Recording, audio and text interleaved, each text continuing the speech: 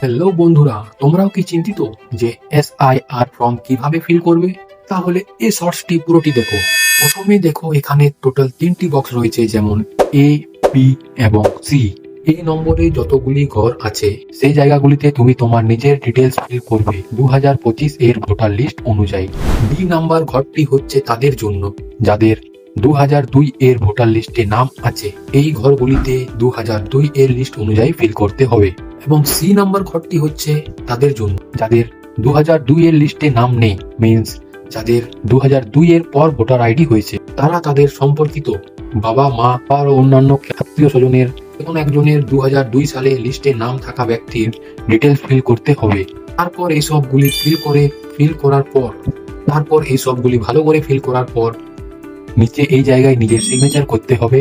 ভিডিওটি যদি হেল্পফুল হয়ে থাকে তাহলে অবশ্যই লাইক করো এবং কোনো প্রশ্ন থাকলে কমেন্ট করো। Thanks for watching, by.